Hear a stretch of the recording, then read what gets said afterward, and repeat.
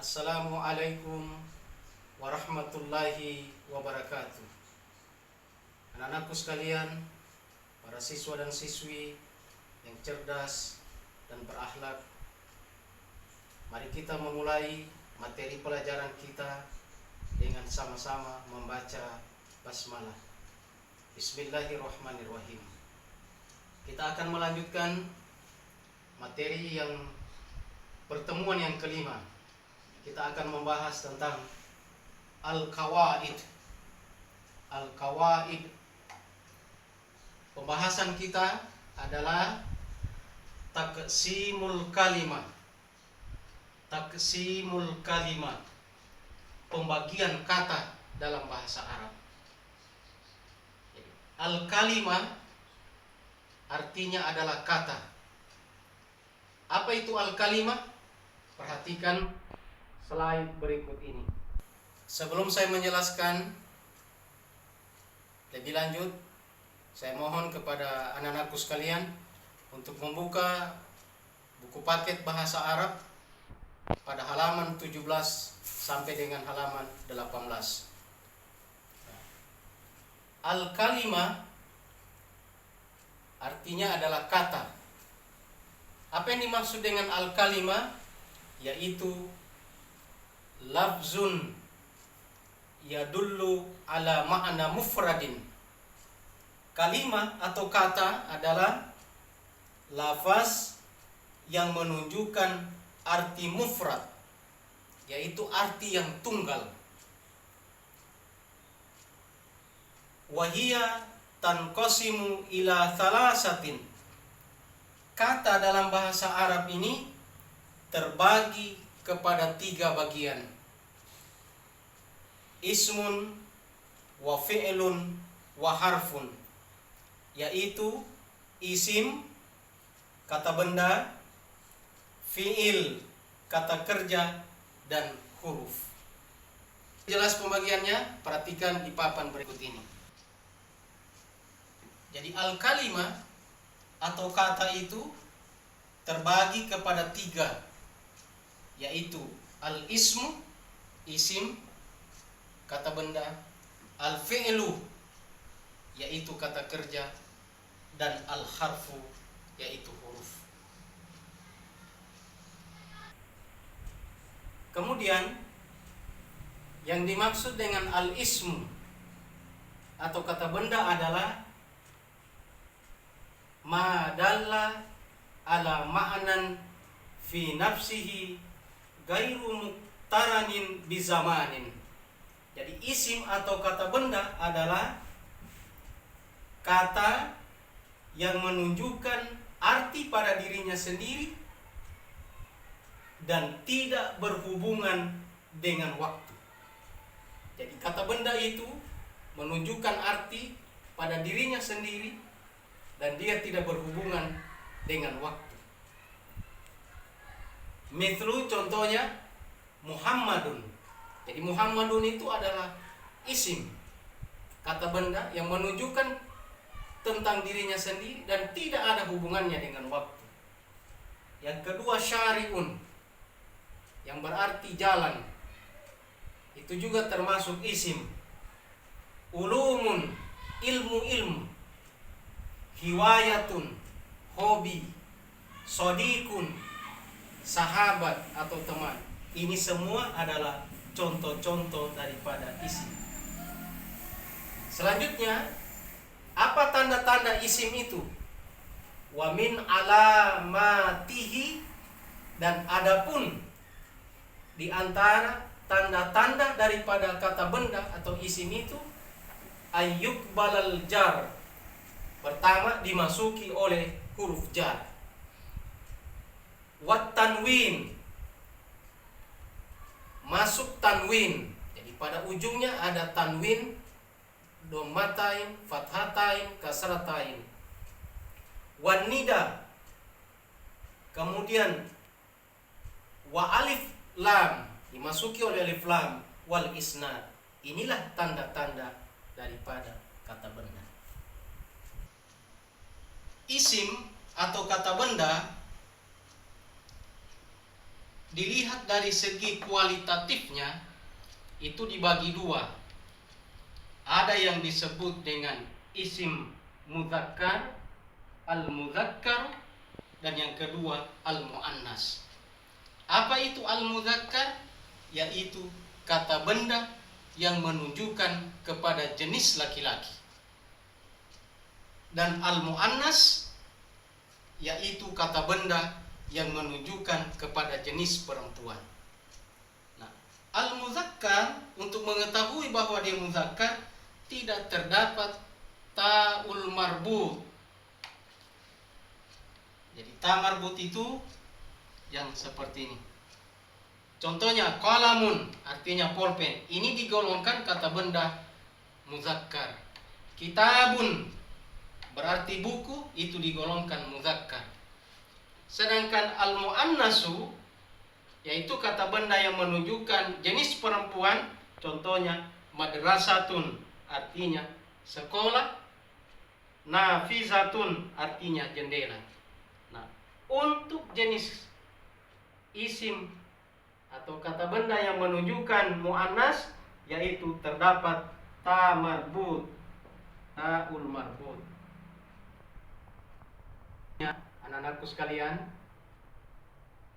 isim, al-ismu atau kata benda dari segi kuantitatifnya atau jumlahnya itu dibagi tiga.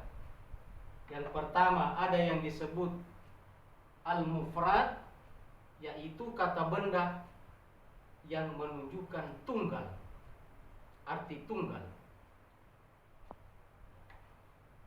Yang kedua al-mutsanna, yaitu yang menunjukkan arti dua. Jadi kata benda yang menunjukkan arti dua.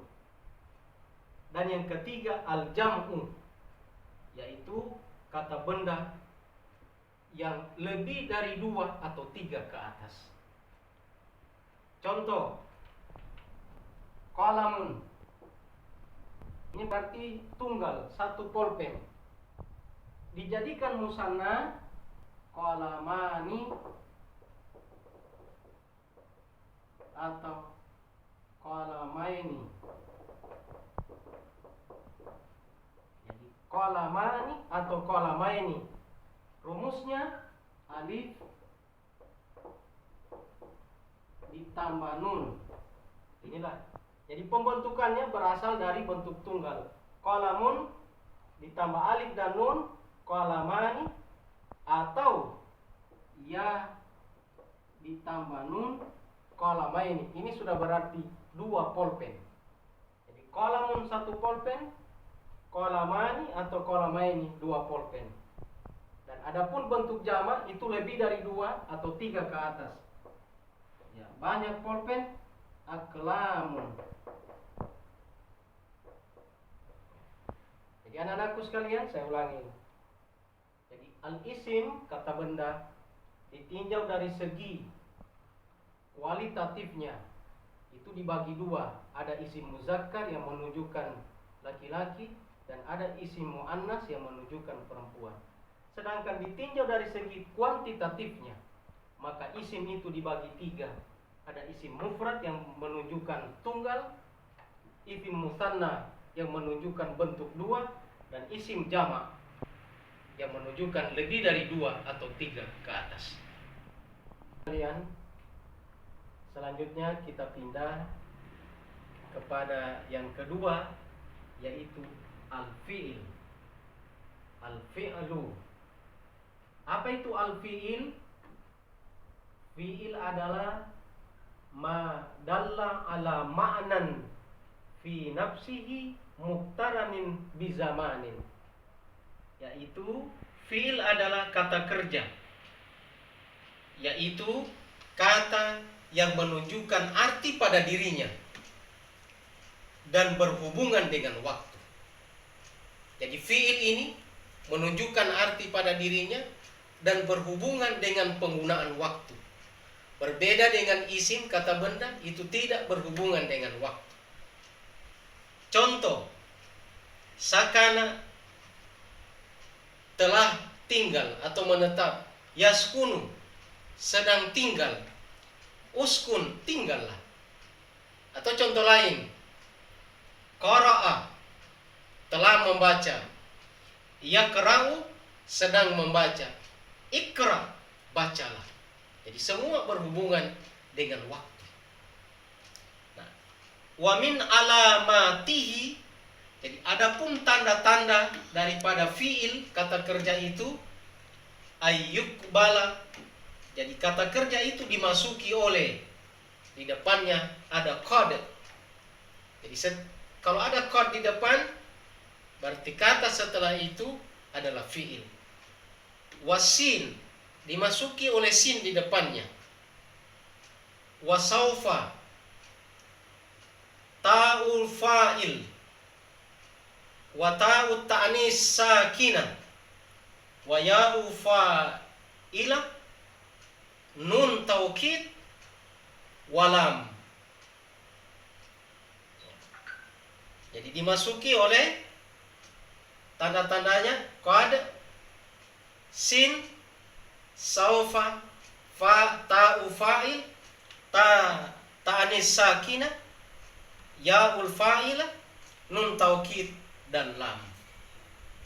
Anak-anakku sekalian, kita lanjutkan.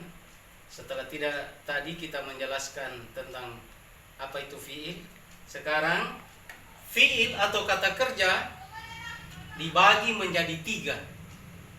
Ada yang disebut fi'ilul madhi, yaitu kata kerja yang menunjukkan masa lampau, bahwa pekerjaan itu telah terjadi. Contohnya,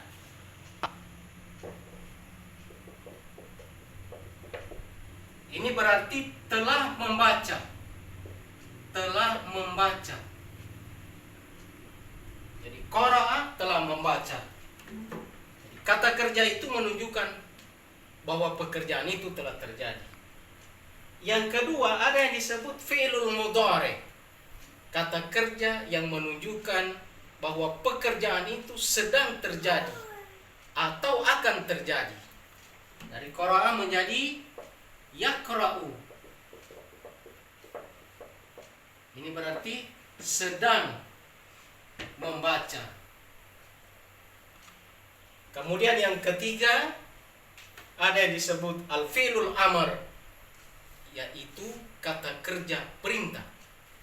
Jadilah dia iqra.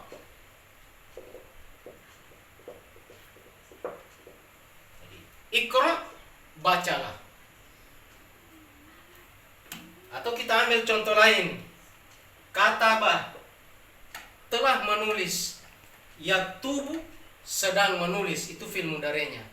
Fi'il amarnya adalah uktub, tulislah. Pembagian kata yang ketiga adalah al-harf atau al-huruf. Apa itu al-huruf? Ma dalla ala ma'nan fi ghairihi. Jadi huruf adalah kata yang menunjukkan arti bersama kata yang lain. Jadi dia bergandengan dengan kata yang lain, seperti mislu, hal, min, walam, lan, inna. Ini yang disebut dengan huruf. Jadi huruf-huruf yang dimaksud dalam penjelasan ini bukanlah huruf-huruf hijaiyah atau alfabet yang kita pahami, tetapi huruf-huruf yang mengandung arti tersendiri ketika dia bersama dengan kata yang lain. Dan al-harf atau huruf ini walaysa lahu alamatun yatamayyazu biha kamalil ismi wal fi'li. Huruf ini tidak memiliki tanda yang bisa membedakannya seperti yang dimiliki oleh isim dan fi'il. Jadi kalau isim ada tanda-tandanya, fi'il ada tanda-tandanya, maka huruf ini tidak ada tanda-tandanya. Dalam hal penggunaan al-huruf, secara garis besarnya kita bisa membagi 3. Jadi pertama, Tolong diperhatikan, ada huruf yang dipergunakan untuk isim. Apa itu isim? Yaitu kata benda. Artinya huruf itu mendahului kata benda atau isim.